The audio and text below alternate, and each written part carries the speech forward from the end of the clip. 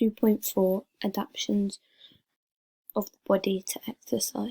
When analysing the different activity demands, there are different components which make up the demands. Number one would be using the FIT principles. Depending on which sporting activity they're using, the different principles can be changed to adapt and match that sporting activity.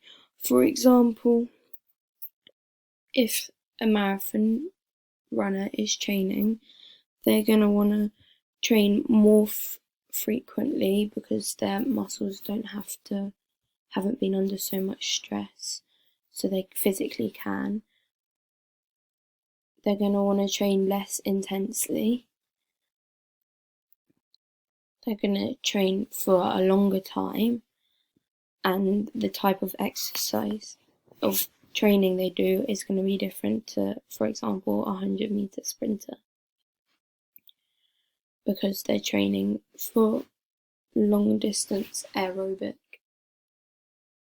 exercise.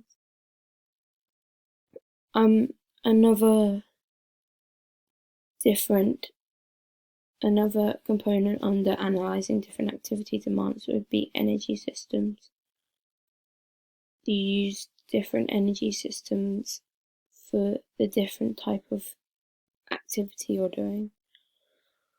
For example, if you are doing a marathon, then you're going to train long distance rather than short distance because you want to work on your aerobic energy system. However, if playing in a game of football, you'll use both different types of energy systems and different types of training, meaning anaerobic and aerobic, as you'll have bursts of movement, but also will be running up and down the pitch, meaning that your fast oxidative glycolytic muscle fibers would be used rather than just one specific type.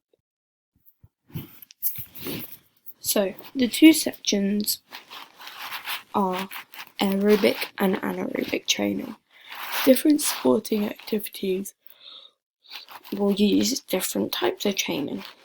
For example, the marathon runner uses predominantly aerobic activity and long jump is anaerobic activity. So different adaptations within different activities for a marathon runner.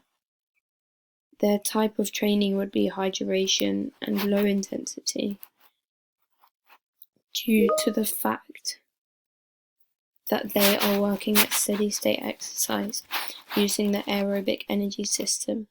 The marathon runner would need to work on cardiovascular as an example, as this is one of the main components of a marathon making up their activity. The marathon runner uses cardiovascular endurance throughout the whole of the exercise, and so that's why it's an important component to work on in training.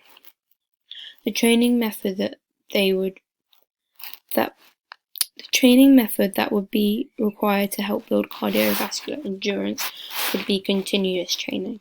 The person is continuously running or skipping or any other aerobic activity. This is going to match some of the strains and stresses when competing in a marathon.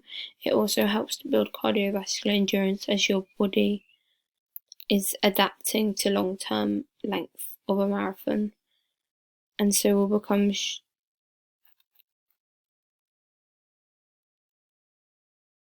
continuous training will then help with that, as your body will adapt and get used to the stress of needing constant oxygen, and helping your cardiac muscles to endure and become stronger, and your respiratory system will become slower as your tidal volume will increase and not as much decrease, increase because they all have more capillaries, meaning more oxygen to the muscles, and not as much oxygen will need to be used in aerobic training. For a long jumper, is used for a long period of time, you will end up having slow oxidative fibers, and so will be more adapted to aerobic activity. However, for a long jumper, their training type would be high intensity, short duration due to the fact that they're only using their anaerobic energy systems, ATP, PC, and the glycolytic system. The long jumper would be working on their power, for example, as they need to do it as a main part of their activity, and so would be one of the main components they will work on in training. The training method I would use for a long jumper that only uses their aerobic energy system would be plyometric training. This will help the person to adapt to jumping. Then long jump, the main concept is jumping, and so power in their legs when jumping is a main component which needs to be worked on, and your body needs to adapt to the correct techniques during plyometric training, and will help your body's adaptations to anaerobic activity. Adaptation might be having more fast glycolytic muscle fibers, as they help for the type of aerobic activity. This has different demands on the body compared to a marathon runner. For anaerobic, you won't train for as long, but you will train harder. You'll be training 2 to 3 times a week, as there is a greater recovery, and we'll be doing a completely different type of training compared to aerobic. Because for aerobic, you train for a less intensity, training 5 times a week, as there isn't such a big recovery, and do a completely different type of training compared to anaerobic.